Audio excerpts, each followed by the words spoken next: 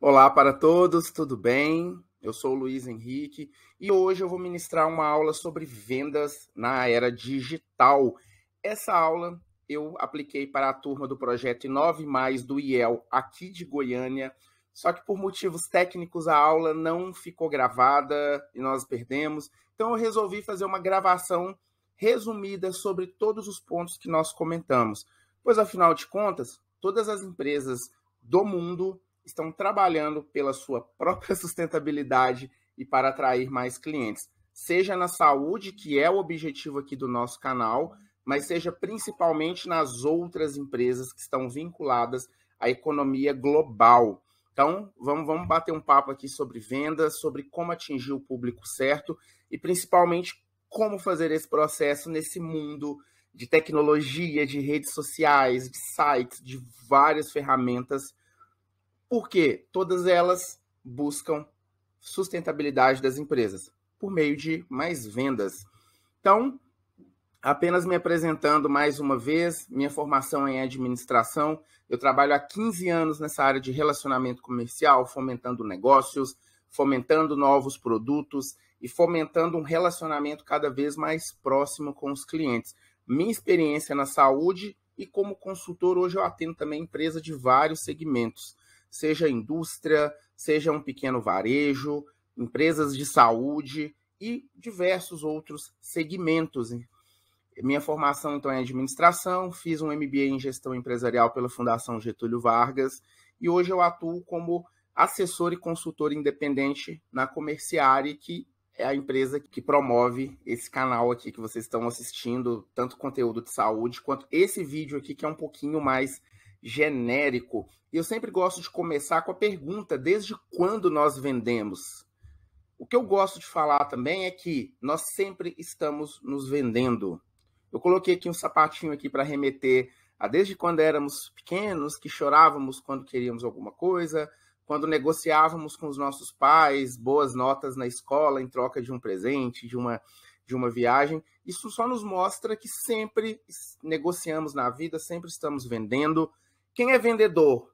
Obviamente que vende, mas quem trabalha no financeiro, que quer reestruturar a empresa, essa pessoa também vende porque ela precisa montar um projeto que seja aprovado pela diretoria da empresa, seja quem trabalha na área produtiva, que de repente conseguiu, por meio de estudos ali, descobrir um jeito de produzir mais, com menos custos e menos tempo. Essa pessoa precisa vender esse projeto para a gerência. Se a pessoa é o gerente, vender para a diretoria, para acionistas, investidores. Logo, todos vendem. Todo mundo está vendendo o tempo inteiro. Não adianta correr, não adianta fugir. Nós estamos inseridos no meio de vender. Então, não venha com aquele papo de que você nunca vendeu, você não sabe vender. Na verdade, você não trabalha, mas você pratica a venda, a negociação o dia inteiro. E para ser um bom vendedor, é necessário treinamento. Você precisa começar e evoluir um pouquinho a cada dia. Assim como na academia, que você vai malhando e no curto, médio, longo prazo você tem os devidos resultados. Então, fica a dica aqui. Todo mundo pode ser um bom vendedor. Basta que você tenha muito treinamento e dedicação. E eu gosto sempre de trazer o exemplo da música. Tem outra aula aqui no canal que eu também trouxe o mesmo exemplo, mas vamos pensar como que era vender música no passado e como é vender música hoje. O mercado da música é um dos mercados que mais evoluíram, que mais passou por transformações, e hoje você consome música de uma maneira diferente daquela que você consumia há 20 anos atrás. Então, na década de 50, de 60, as pessoas compravam discos de vinil. Aqueles discos gigantes, naquelas vitrolas. Era a forma de comercializar a música. Era difícil de fazer cópias piratas, você não tinha como fazer isso tão rápido. Muitas vezes, como não tinha internet, um disco que saía nos Estados Unidos demorava meses ou até alguns anos para chegar no Brasil. Quem viveu a década de 80 sabe disso. Então, era um formato da época acessível. Se começarmos a chegar na década de 80, tanto lá fora quanto aqui no Brasil, tivemos o modelo das fitas cassete. Quem lembra das fitas cassete? Eu já usei bastante. Inclusive, eu usava para poder gravar músicas da rádio, músicas de outras fitas, músicas também de outras mídias. Eu já usei bastante. Hoje virou um produto de nicho e de entusiastas, assim como também acontece com o disco de vinil, mas a fita foi um outro formato que facilitava, inclusive, a cópia daquela música, seja para você guardar e consumir para você mesmo ou para você vender, como já acontecia em lojas de discos que vendiam essas fitas como cópias, camelôs e afins. Já na década de 90, no Brasil, vamos pensar no ambiente que nós vivemos aqui. O CD player veio como um novo formato de mídia. Junto com o CD player também veio os equipamentos de gravadores de CD para computadores, que começou a ter toda aquela pirataria mais acessível ali a qualquer pessoa. Mas o CD foi uma das mídias que mais revolucionaram o mercado, porque se vendia com uma qualidade melhor, ele tinha uma quantidade de músicas, dependendo ali não precisava ter um segundo disco, a capinha era menor, então era mais fácil de colecionar, a capinha vinha com aqueles encartes lindos e maravilhosos, com a letra das músicas, com fotos dos artistas. Eu sempre fui muito fã do CD player. E se a gente for pensar na década de 90, veio um outro formato que nos anos 2000 se tornaram os famosos MP3 players. Nesse caso da imagem é o iPod da Apple. Foi uma grande revolução, porque a propaganda já vinha como um formato de 500 músicas em um aparelho, 1000 músicas. Mas esse formato de música digital, ele começou no final da década de 90. Um aplicativo muito famoso chamado Napster, feito pelo Sean Parker, um cara bem famoso nesse meio de tecnologia, colocava as músicas à disposição para as pessoas baixarem. Porém, não era legalizado. Muitos de vocês conhecem programas como LimeWare, Casa A, Emule e várias outras ferramentas de download de conteúdo, seja áudio, seja vídeo.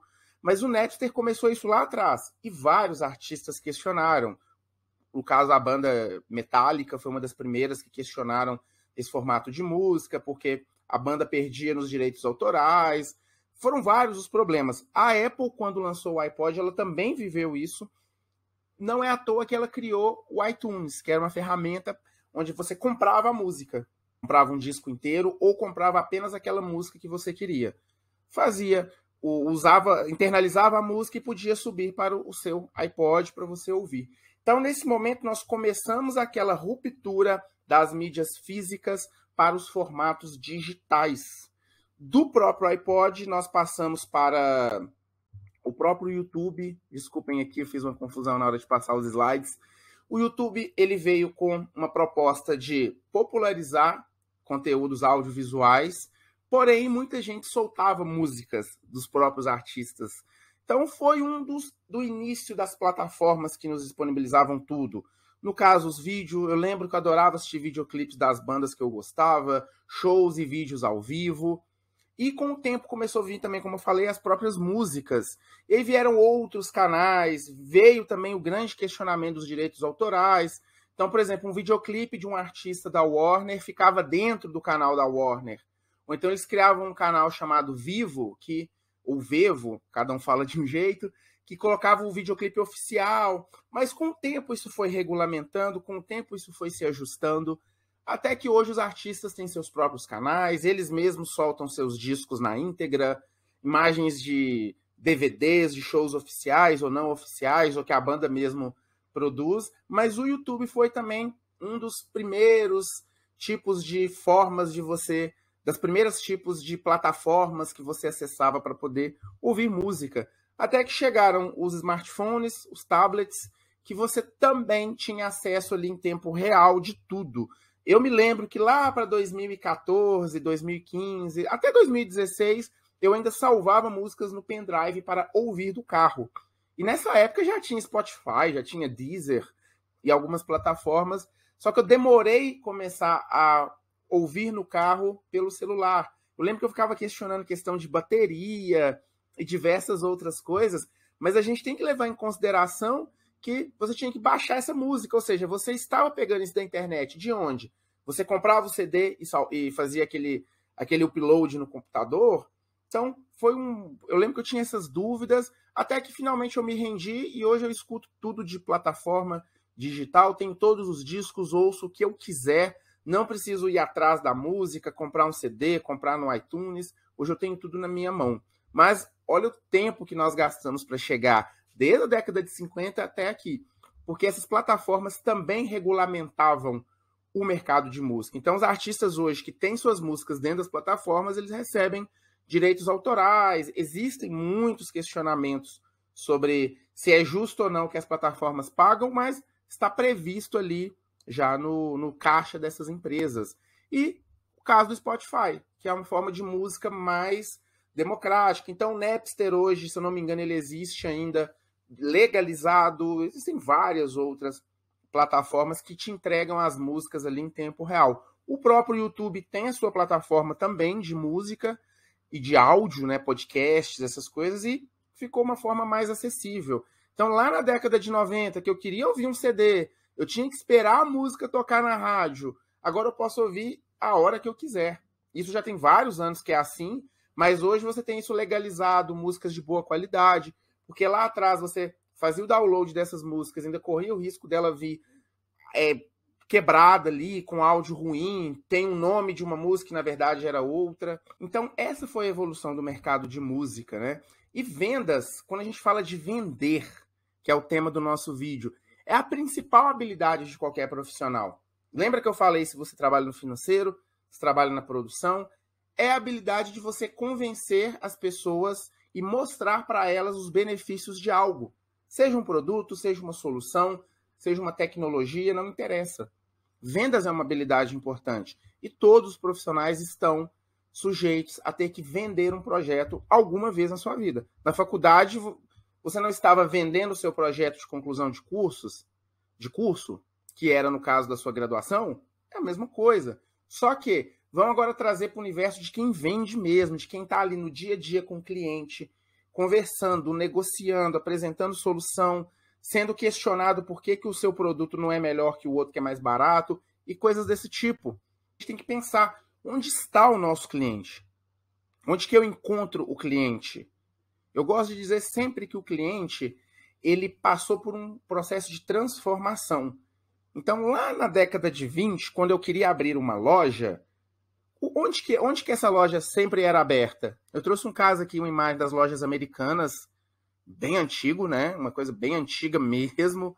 Loja de rua lotada com carros muito antigos.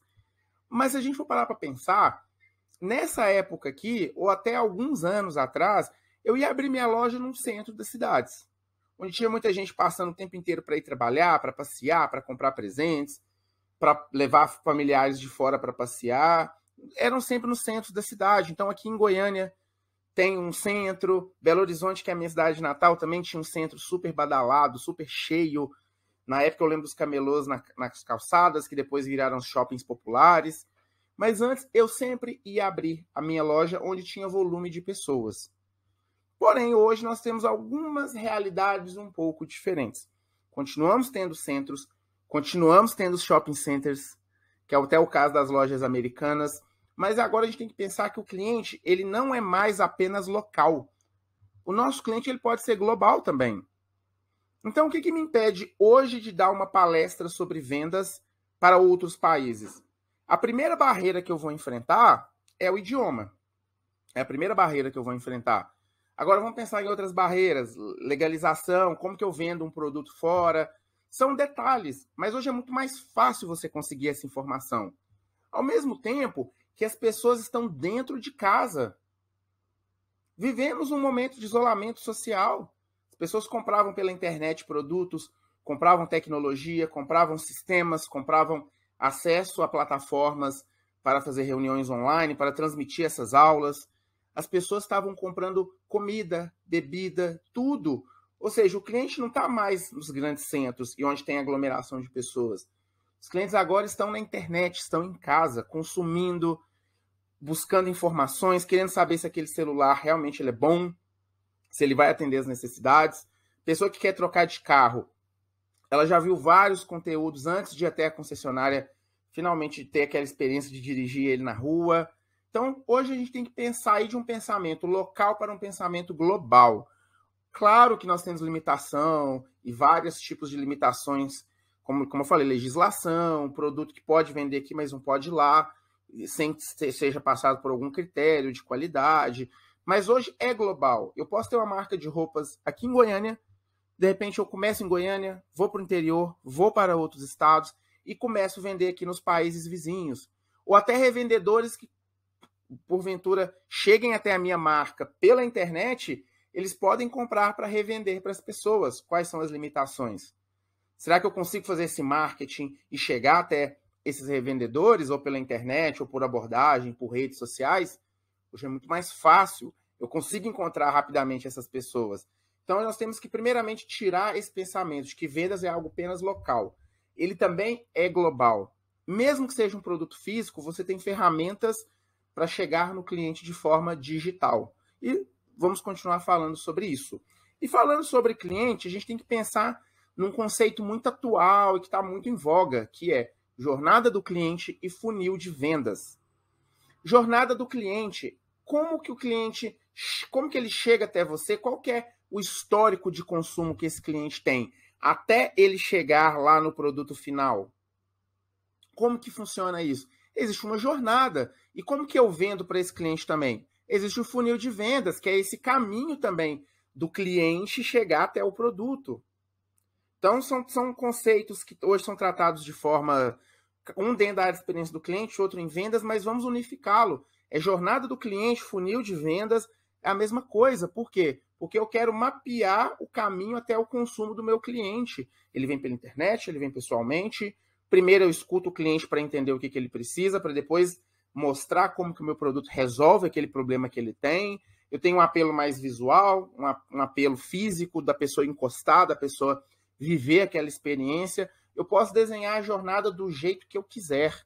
Basta que eu tenha conhecimento dessa jornada para montar o meu funil de vendas.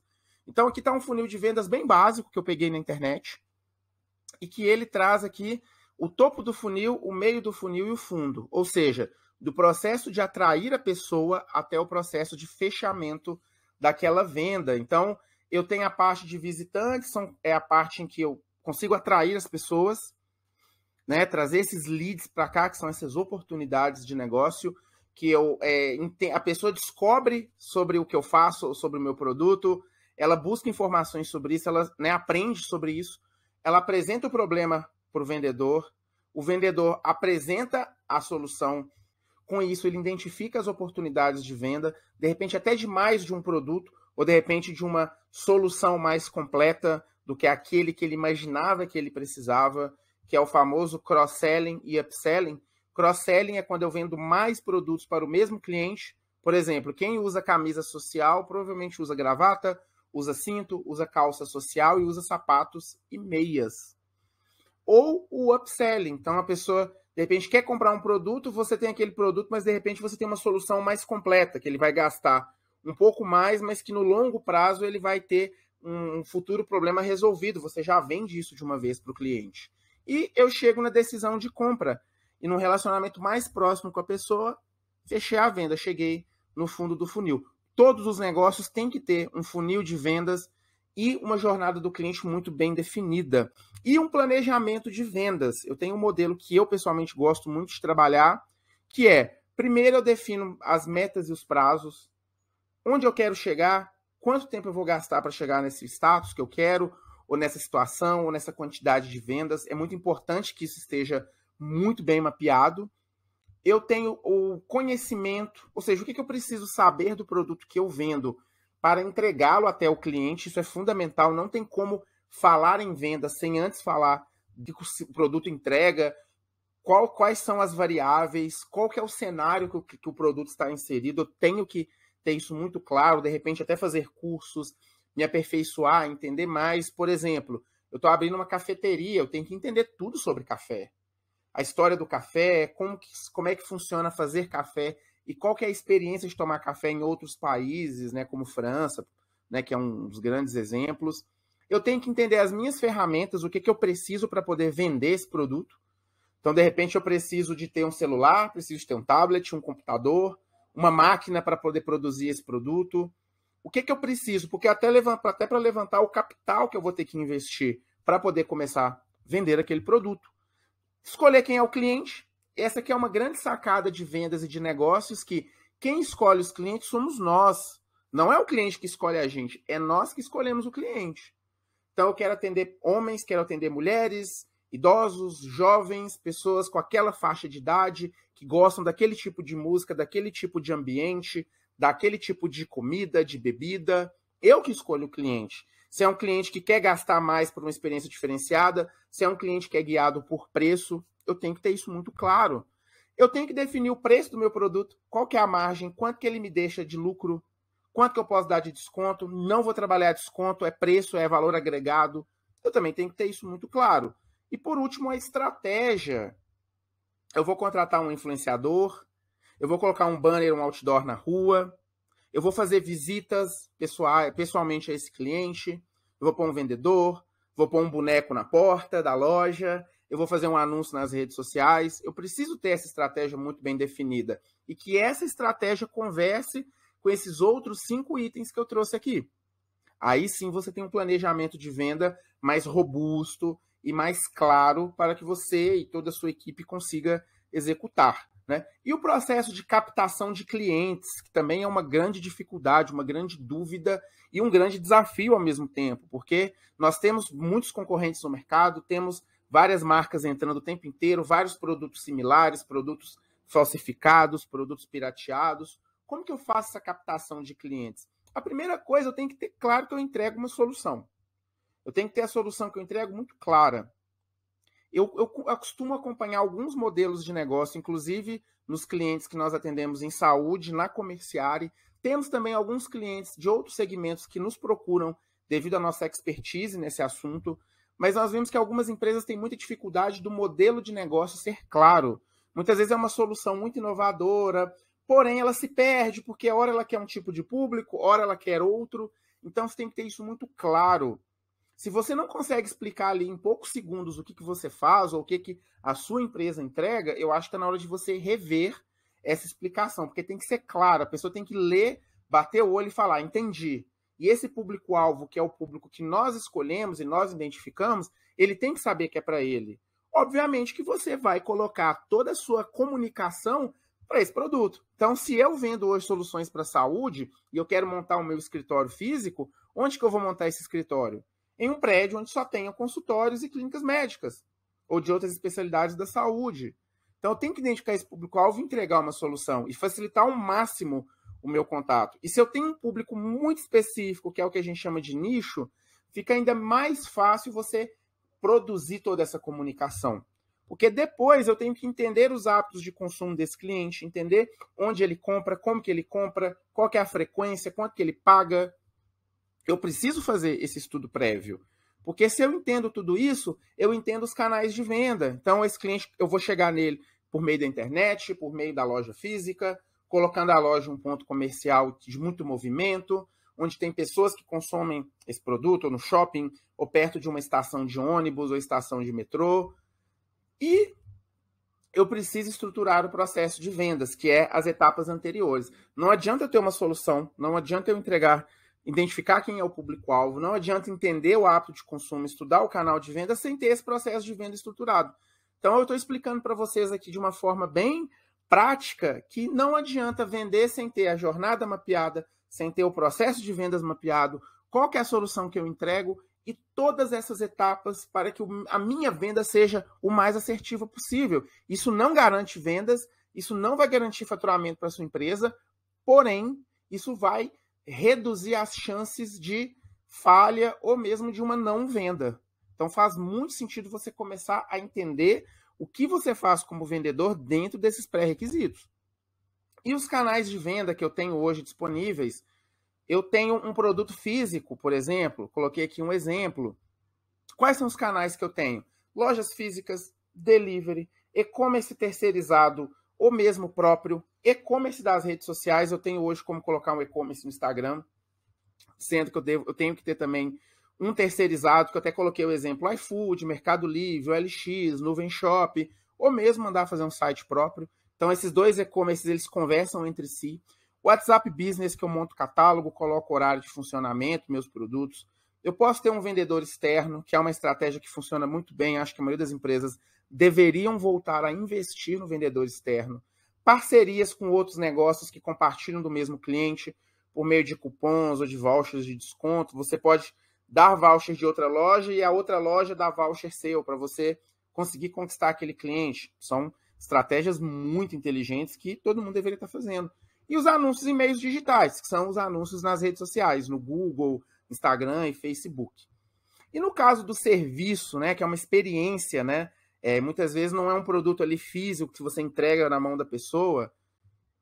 Aí nós temos o networking, que é a primeira forma de você conseguir clientes para quem presta serviço. É você indo em eventos toda semana, conhecendo pessoas, conhecendo mais pessoas que podem ser indicadores do seu serviço ou podem ser parceiros. Eu tenho os e-commerces da rede social que eu também posso usar, usando talvez da mesma estratégia do e-commerce de produtos, que eu também posso usar uma plataforma terceirizada. Eu posso ter o WhatsApp Business da mesma forma. Eu tenho que lembrar que eu sou o vendedor quando eu estou prestando um serviço, então talvez outra pessoa não consiga vender tão bem quanto eu. Então você também tem que dar a cara, não adianta. Os anúncios em mídias digitais, as parcerias, cupons e vouchers, e um dos principais quem presta serviço, que é investimento em sua imagem, referência de clientes e do mercado. Ou seja, você tem que ter uma forma de mostrar para as pessoas o que você faz, os resultados que você entrega, quem compra seu serviço. Quando você oferece um serviço, não tem jeito. Alguns meses atrás eu contratei uma pessoa aqui na minha casa para consertar aqui alguns detalhes, como guarda-roupa aqui do armário embutido, furar buraco na parede, consertar o meu móvel de computador.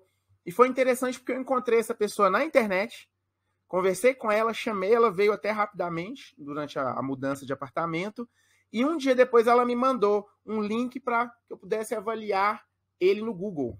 Eu achei isso muito interessante. Quando eu fui entrar lá, tinha mais de 50 comentários positivos, elogiando a pontualidade dele, a qualidade da entrega, o tanto que ele preza ali pela limpeza do local, muito interessante. Então, a sua imagem também tem que ser trabalhada. Não adianta prestar serviços, principalmente dentro só do seu escritório. Você tem que mostrar, ter rede social, ter site, de uma forma que você consiga convencer pessoas que nem falaram com você, mas que querem contratar o seu serviço. E a grande arte de vender, né? O que é a arte de vender? O que um bom vendedor tem que praticar? Ou quem quer ser um bom vendedor? Quem quer ser uma empresa melhor que consegue entregar melhor as suas soluções? A gente tem que falar de bom atendimento, sempre fundamental. Não tem como falar em venda sem falar de um bom atendimento. Tem que ser personalizado, tem que ser próprio. Cada cliente tem que ser atendido de uma forma individual, com atenção, com carinho, com cuidado. Ouvir bem o cliente. Preparar a sua jornada para momentos ali de congestionamento, de muita gente na loja, muita gente esperando resposta pelo WhatsApp. Você tem que organizar tudo isso com o cliente. Você não pode deixar o cliente sair do seu negócio, da sua loja, do seu site, do seu WhatsApp sem uma solução. Se você, de repente, não é a empresa que oferece aquele serviço, é muito importante que você indique alguém, que você vai trazer solução para o cliente, confiabilidade, ele vai te indicar. Isso é importantíssimo. Faça a gestão do banco de dados dos clientes. Tenha um CRM, que é uma plataforma sensacional. Eu quero trazer uma aula aqui para falar somente sobre CRM, que é uma das ferramentas mais avançadas e mais interessantes para qualquer equipe de vendas, para qualquer negócio, ter o relacionamento com o seu cliente mapeado, que é a tradução do CRM, né? É sistema de gerenciamento do relacionamento com o cliente. Eu tenho que fazer pesquisas de mercado, eu tenho que saber quanto que as outras empresas cobram, eu tenho que entender o que as outras entregam. Por quê? Porque eu vou copiar? Não, porque eu quero entender a jornada desse meu cliente. Eu entro no Reclame Aqui para pegar reclamações de outras empresas do mesmo segmento e entender. Então, é uma forma inteligente de você conseguir ser uma empresa melhor. Fazendo pesquisa de mercado. Negociar, aprender a negociar, principalmente se você entra em um mercado que é muito orientado por preço, é negociar, é entender como convencer as pessoas, apresentar, negociar a condição de pagamento, negociar preço, entender se o cliente que pede desconto realmente é possível de atender essa demanda e essa necessidade dele. Negociação faz parte de vendas, não tem jeito. Entregar sempre mais do que você se propôs a fazer, isso também é muito inteligente, eu acho que todo mundo deveria procurar entregar muito mais do que está ali na cartilha, porque se eu presto um serviço e consigo melhorar ainda mais a experiência com o meu cliente para aumentar o tempo de vida dele no meu negócio, que é o famoso LTV, por que eu não vou fazer? Às vezes não custa nada. Às vezes é de graça fazer isso. Então eu tenho que entregar mais. E falar a língua do mercado. Então, se eu estou vendendo para o cliente uma solução, eu tenho que vender para ele que essa solução vai trazer um benefício, vai trazer uma redução do faturamento dele, ou vai aumentar o faturamento dele, vai reduzir custos, vai trazer algum impacto ali na produção direta, vai aumentar a produtividade da empresa, mas se ele não investir em treinamento, ele vai realmente perder um pouco dessa produtividade. Eu tenho que falar essa língua mesmo, a língua dos negócios, que a pessoa vai conseguir otimizar o tempo dela com esse serviço. Eu tenho que trazer todos esses dados, né, para o cliente. E isso é falar a língua do mercado. Quem é vendedor, quem presta serviço, tem que saber falar isso, tem que saber entregar isso para o cliente. E sair da cadeira, saia da sua zona de conforto, não fique sentado, vai para o mercado, vai em eventos, vai conversar e relacionar com pessoas, não fique apenas ali na internet esperando o cliente chegar, a não ser que você seja uma loja virtual, mas eu acredito que se você começa a relacionar com outras pessoas, você aprende mais sobre negócios, porque negócios são pessoas, são formados por pessoas. Então, se você só fica dentro da sala, você não vai buscar melhoria, você não vai identificar oportunidades de crescimento. Então, eu sempre recomendo, saia da cadeira, tenha agendas fora do seu escritório. E para a gente finalizar, eu gostaria de deixar duas frases que eu gosto muito em vendas e que se você parar para pensar e para refletir, você vai ver que vai fazer muito sentido e que talvez mude um pouco sua forma de enxergar as vendas, que é, as pessoas compram de quem elas gostam. Raramente a pessoa que não gosta de outra vai comprar alguma coisa dela, nunca. Talvez não vai nem consumir o conteúdo dela ou mesmo ouvir o que ela tem para dizer. E vendas é relacionamento. Não adianta eu querer vender um produto sem buscar relacionar com o público, com a pessoa, viver a realidade desse público que eu escolhi para vender para ele. Então, se eu vendo produtos voltados para um segmento X, eu tenho que frequentar os eventos e acontecimentos desse mercado. Lançou um produto novo, eu tenho que estar na inauguração, eu tenho que estar lá pronto para conversar com esse consumidor. Não adianta eu simplesmente mandar um e-mail frio, uma mensagem fria, uma ligação fria, sem antes estudar. Então é importante você se relacionar. E pessoal, por hoje é esse conteúdo. Fiquem atentos que em breve teremos mais aulas sobre vendas focadas na saúde, mas com estratégias que também podem ser utilizadas em outros negócios. Fiquem atentos aqui no nosso canal. Se esse conteúdo fizer sentido para você, compartilhe com um amigo, com um colega que é vendedor, que é empreendedor. Tem alguma dúvida ou gostaria de complementar algum conteúdo, alguma coisa que eu trouxe para vocês aqui, ou mesmo mandar ali alguma situação da sua vivência, deixa aqui nos comentários, vai ser um prazer ler, responder, e também outras pessoas que possam também, porventura, contribuir. E não deixem de se inscrever aqui no canal. Agradeço muito a atenção de vocês e até a próxima aula.